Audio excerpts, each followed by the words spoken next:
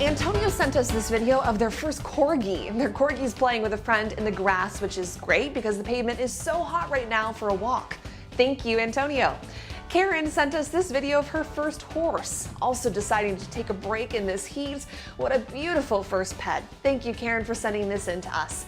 Now take a look at Nicholas and his puppy Max. Such a cute little pup.